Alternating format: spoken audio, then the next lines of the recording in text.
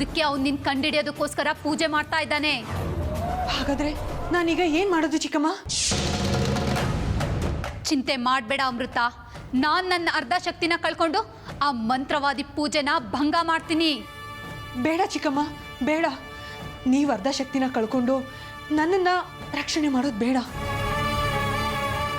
ನಿಮ್ಮ ಶಕ್ತಿ ಕಳ್ಕೊಂಡು ಮುಂದೆ ಏನು ಮಾಡ್ತೀರಾ? ಅದಕ್ಕಿಂತ ನಾನು ಸತ್ತೋಗೋದೇ ಒಳ್ಳೆಯದು. ನನಗೆ ಈ ಬದುಕೇ ಬೇಕಾಗಿಲ್ಲ. ಈ ಮನುಷ್ಯ ಪ್ರಪಂಚದಲ್ಲಿ ಬರೀ ಮೋಸ, ವಂಚನೆ, ದ್ರೋಹ, ಕ್ರೋಧ ಇದೇ ತುಂಬಿಕೊಂಡಿದೆ. ಇಂಥ ಪ್ರಪಂಚದಲ್ಲಿ ನನಗೆ ನ್ಯಾಯ ಸಿಗುತ್ತೆ ಅನ್ನೋ ಭರವಸೆನೇ ಇಲ್ಲ ಚಿಕ್ಕಮ್ಮ. ಸುಮ್ಮನೆ ಇಲ್ಲಿದ್ದು ಆ ದುಷ್ಟರಿಂದ ಬಲಿ ಆಗೋ ಬದಲು ನಾನೇ ಪ್ರಾಣಹರಣ ಮಾಡ್ಕೊಳ್ಳೋದು ಒಳ್ಳೇದಲ್ವಾ? ಅದಕ್ಕೆ ನಾನು ಸತ್ತು ಹೋಗ್ತೀನಿ. ಏನ್ ಮಾತು ಅಂತ ಆಡ್ತಾ ಇದೆಯಾ ಅಮೃತ? ನೀನು ಬದುಕಬೇಕು. ನಿನಗೋಸ್ಕರ ಅಲ್ಲದೆ ಇದ್ರು ವಾಸುಕಿ ವಂಶಕ್ಕೋಸ್ಕರನಾದ್ರೂ ನೀನು ಬದುಕಬೇಕು. ನಾಗಮಣಿಗೋಸ್ಕರನಾದ್ರೂ ಬದುಕಬೇಕು. ಈಗ ನನ್ನ ಅರ್ಧ ಶಕ್ತಿನ ಕಳ್ಕೊಂಡ್ರೂ ಪರವಾಗಿಲ್ಲ ಅಮೃತ. ಮತ್ತೆ ಪರಮಶಿವನ ತಪಸ್ ಮಾಡಿ ಪಡ್ಕೊಳ್ತೀನಿ. ಅದಕ್ಕೆ ಸ್ವಲ್ಪ ಸಮಯ ಆಗ್ಬೋದು ಅಷ್ಟೇ. ಆದ್ರೂ ಚಿಕ್ಕಮ್ಮ, ಇದು ಯೋಚನೆ ಮಾಡೋ ಸಮಯ ಅಲ್ಲ ಅಮೃತ. ನಾನು ಹೇಳೋದನ್ನ ಅರ್ಥ ಮಾಡ್ಕೋ. ನೋಡು, ನಾನು ಆ ಮಂತ್ರವಾದಿನ ನೋಡ್ಕೊಳ್ತೀನಿ. ನೀನು ಬೇರೆ ಯಾರಿಗೂ ನಿನ್ ರಹಸ್ಯ ಗೊತ್ತಾಗದೆ ಇರೋ ಹಾಗೆ ನೋಡ್ಕೋ. ನಿನ್ನ ನೀನೇ ಕಾಪಾಡ್ಕೋಬೇಕು ಅಮೃತ. ಇಲ್ಲ ಅಂದ್ರೆ ಮನುಷ್ಯ ಲೋಕಕ್ಕೆ ಹೋಗಿರೋ ಉದ್ದೇಶ ಈಡೇರಲ್ಲ. ನೀನು ಹೋಗಿರೋ ಉದ್ದೇಶ ಪೂರ್ಣಗೊಳಿಸ್ಕೊಂಡು ಬರೋದೇ ನಿನ್ ಕರ್ತವ್ಯ.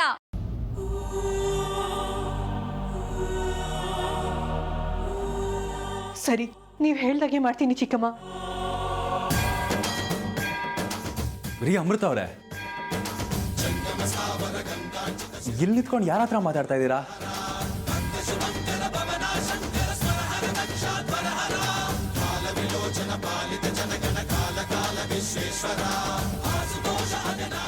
ಏನ್ರಿ ನಿಮ್ಮ ಟೆಲಿಪತಿ? ಇಲ್ಲಿ ನಿಂತ್ಕೊಂಡು ಅದು ಹೇಗೆ ಚಿಕ್ಕಮ್ಮ ಅಂತ ಮಾತಾಡ್ತಾ ಇದ್ರಿ? ಓ, ಇಲ್ಲಿ ನಿಂತ್ಕೊಂಡ್ರೆ ಯಾರ ಹತ್ರ ಬೇಕಾದರೂ ಮಾತಾಡ್ಬೋದಾ? ಅಲ್ಲ, ನಾನಲ್ಲಿ ನಿಂತ್ಕೊಂಡು ಯಾರ ಹತ್ರ ಬೇಕಾದರೂ ಮಾತಾಡ್ಬೋದಾ?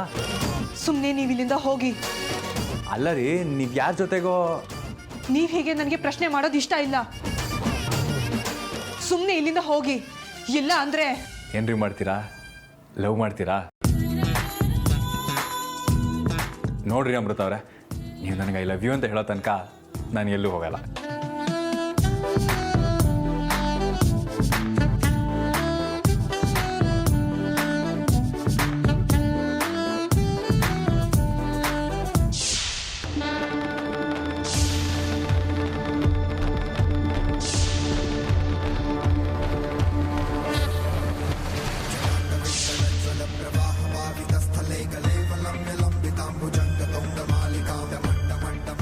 ಏನಾಯ್ತು ರುದ್ರ? ಯಾಕಿಷ್ಟು ಮೌನವಾಗಿದ್ಯಾ? ಏನೋ ಗಾಢವಾದ ಯೋಚನೆಯಲ್ಲಿರೋ ಹಾಗಿದೆ. ಏನಾಯ್ತು? ಏನ್ ನಿನ್ ಚಿಂತೆ ಹೇಳು ರುದ್ರ. ಹೌದು, ಚಿಂತೆ ಮಾಡ್ತಾ ಇದ್ದೀನಿ. ನನ್ನ ಚಿಂತೆ ಏನಿದ್ರು ನಿಮ್ಮ ಬಗ್ಗೆನೇ ಬಾಬಾ.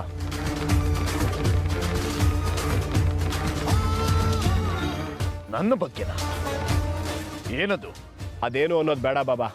ನಿಮ್ಮಿಂದ ನನಗೊಂದು ಸಹಾಯ ಮಾಡೋದಕ್ಕಾಗತ್ತಾ? ಎಷ್ಟು ದಿನ ಅದನ್ನೇ ತಾನೇ ಮಾಡ್ತಾ ಇದ್ದಿದ್ದು. ಹೇಳು, ನನ್ನಿಂದ ಏನಾಗಬೇಕು ಅಂತ. ನಿಮಗೆ ಬೇರೆ ಯಾರಾದರೂ ಒಳ್ಳೆ ಸಿದ್ಧಿ ಪುರುಷರು ಅಂದರೆ ನಿಮಗಿಂತ ಹೆಚ್ಚು ಮಂತ್ರತಂತ್ರಗಳನ್ನ ತಿಳಿದಿರೋ ಮಂತ್ರವಾದಿ ಗೊತ್ತಿದ್ರೆ ಹೇಳಿ ಬಾಬಾ. ಅವರೆಲ್ಲೇ ಇದ್ರೂ ಹೋಗಿ ಅವ್ರನ್ನ ಕಂಡು ನಾಗಿಣಿನ ಕಂಡುಹಿಡಿಯೋದಕ್ಕೆ ಅವ್ರ ಸಹಾಯ ಬೇಡ್ತೀನಿ. ಜೈ ಮಹಾಕಾಲ! ಹೇ ರುದ್ರ, ಎಷ್ಟು ಧೈರ್ಯ ಇದ್ರೆ ನೀನು ನನ್ನ ಎದುರುಗಡೆ ನಿಂತ್ಕೊಂಡು ನನ್ಕಿನ್ನ ಹೆಚ್ಚು ಮಂತ್ರ ತಂತ್ರಗಳನ್ನ ತಿಳ್ಕೊಂಡಿರೋರ ಬಗ್ಗೆ ತಿಳಿಸು ಅಂತ ಕೇಳ್ತಾ ಇದೀಯಾ? ನನ್ನಷ್ಟು ಮಂತ್ರ ತಂತ್ರಗಳನ್ನ ತಿಳ್ಕೊಂಡಿರೋರು ಈ ಭೂಮಿ ಮೇಲೆ ಹುಡುಕಿದ್ರೆ ನಿನಗೆ ಸಿಗೋದು ಕೇವಲ ಬೆರಳಿನಿಕೆ ಅಷ್ಟು ಮಾತ್ರ. ನನಗಿಂತ ಹೆಚ್ಚು ತಿಳಿದವರು ನೀನು ಎಷ್ಟೇ ಹುಡುಕಿದ್ರು ನಿನಗೆ ಸಿಗೋದಿಲ್ಲ. ಬಾಬಾ, ನೀವು ಒಳ್ಳೆ ಮಂತ್ರವಾದಿನೇ, ಹೆಚ್ಚು ಶಕ್ತಿನೂ ಇದೆ, ಹಲವಾರು ಸಿದ್ಧಿಗಳನ್ನೂ ಪಡ್ಕೊಂಡಿದ್ದೀರಾ. ಆದರೆ ಏನು ಪ್ರಯೋಜನ ಬಾಬಾ? ನಿಮಗೆ ವಯಸ್ಸಾದಾಗೆ ನಿಮ್ಮ ಎಲ್ಲ ಶಕ್ತಿಗಳಿಗೂ ವಯಸ್ಸಾಯಿತು ಅನ್ನಿಸ್ತಾ ಇದೆ. ಅದಕ್ಕೆ ಆ ನಾಗಿಣಿನ ಇಷ್ಟು ದಿನ ಪ್ರಯತ್ನ ಮಾಡಿದ್ರು ನೀವು ಹಿಡಿಯೋದಕ್ಕಾಗಲಿಲ್ಲ. ಹಿಡಿಯೋದಿರಲಿ, ಅವಳು ಎಲ್ಲಿದ್ದಾಳೆ ಅಂತನೋ ಪತ್ತೆ ಮಾಡೋದಕ್ಕಾಗಲಿಲ್ಲ.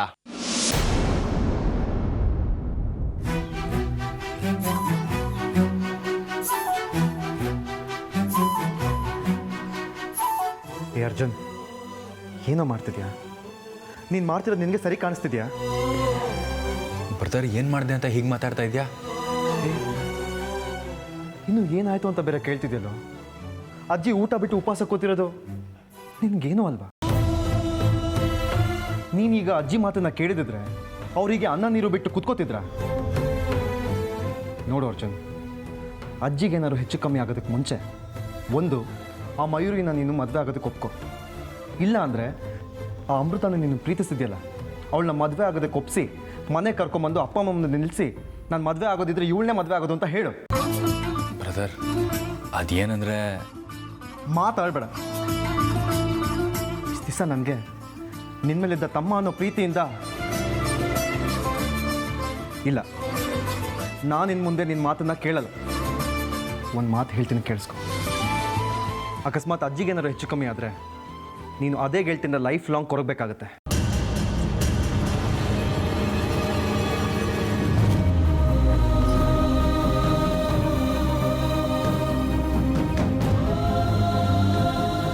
ನೋಡಿದ್ರ ಅಮೃತ ಅವರೇ, ನನ್ನ ಲವ್ಗೆ ಸಪೋರ್ಟ್ ಮಾಡ್ತಿದ್ದ ನಮ್ಮ ಅಣ್ಣನ ಹೇಗೆ ಮಾತಾಡ್ಬೋದಾ ಅಂತ. ಈಗಲಾದ್ರೂ ನನ್ನ ಪರಿಸ್ಥಿತಿನ ಅರ್ಥ ಮಾಡ್ಕೊಳ್ರಿ. ನಿಮ್ಮನ್ನು ಬಿಟ್ಟು ಈ ಮನಸ್ಸಲ್ಲೇ ಬೇರೆ ಯಾರಿಗೂ ಜಾಗ ಇಲ್ಲ ಕಣ್ರಿ. ದಯವಿಟ್ಟು ಇದನ್ನು ನನ್ನ ರಿಕ್ವೆಸ್ಟ್ ಅಂದ್ಕೊಂಡು ನನ್ನ ಲವ್ನ ಅಕ್ಸೆಪ್ಟ್ ಮಾಡ್ಕೊಳ್ಳಿ. ಇಲ್ಲಾಂದರೆ ನಾನು ದೊಡ್ಡ ಪ್ರಾಬ್ಲಮಲ್ಲಿ ಸಿಗಾಕೋಬೇಕಾಗತ್ತೆ. ಅಜ್ಜಿಗೇನಾದರೂ ಆದರೆ ಅದಕ್ಕೆ ಕಾರಣ ನಾನಾಗ್ತೀನಿ.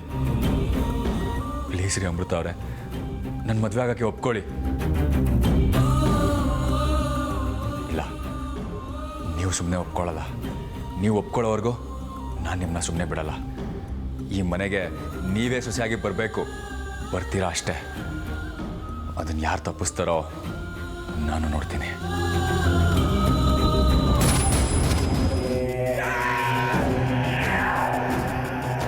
ಇಷ್ಟು ದಿನ ನಿಮ್ಮನ್ನು ಮಹಾನ್ ವ್ಯಕ್ತಿ ಅಂದ್ಕೊಂಡು, ನಾಗಮಣಿಗೋಸ್ಕರ ಇಷ್ಟು ವರ್ಷ ನಿಮ್ಮನ್ನೇ ನಂಬ್ಕೊಂಡು ನನ್ನ ಸಮಯ ನಾನೇ ಹಾಳು ಮಾಡ್ಕೊಂಡ್ಬಿಟ್ಟೆ. ಇನ್ನು ನಿಮ್ಮನ್ನು ನಂಬಿ ಏನು ಪ್ರಯೋಜನ ಇಲ್ಲ. ರುದ್ರ, ಮಾತಿನ ಮೇಲೆ ನಿಗಾ ಇರಲಿ. ನನ್ನ ತಾಳ್ಮೆನ ಪರೀಕ್ಷೆ ಮಾಡ್ತಾ ಇದೀಯ ನೀನು. ನಾಲ್ಗೆ ಇದೆ ಅಂತ ಬಾಯಿಗೆ ಬಂದಂಗೆ ಹೋದ್ರಬೇಡ. ನನಗೆ ನನ್ನ ಮಂತ್ರ ತಂತ್ರ ಶಕ್ತಿಗಳಿಗೆ ವಯಸ್ಸಾಯ್ತು ಅಂತ ಹೇಳ್ತಾ ಇದೀಯಾ? ಹೇ ಮೂರ್ಖ, ವಯಸ್ಸಾಗೋದು ಮಣ್ಣಲ್ಲಿ ಮಣ್ಣಾಗೋಗೋ ಈ ದೇಹಕ್ಕೆ ಮಾತ್ರ. ನಾನ್ ಕಲ್ತಿರೋ ಮಂತ್ರ ತಂತ್ರ ಸಿದ್ಧಿಗಳಿಗಲ್ಲ. ವಿದ್ಯೆಗೆ ಆಯಸ್ಸಿಲ್ಲ, ಅದು ಚಿರಂಜೀವಿ. 25 ವರ್ಷಗಳ ಕಾಲ ಹಿಮಾಲಯದ ತಪ್ಪಲಲ್ಲಿ ಹಿಮದ ಮಧ್ಯೆ ಕೂತು ತಪಸ್ಸು ಮಾಡಿ ಕಾಲ ಭೈರವನಿಂದ ಸಿದ್ಧಿಗಳನ್ನ ಪಡ್ಕೊಂಡವನು ನಾನು. ಅಂಥದ್ರಲ್ಲಿ ನನ್ನ ಸಿದ್ಧಿಗಳಿಗೆ ವಯಸ್ಸಾಯ್ತು ಅಂತ ಹೇಳ್ತೀಯ? ಜೈ ಮಹಾಕಾಲ ರುದ್ರ!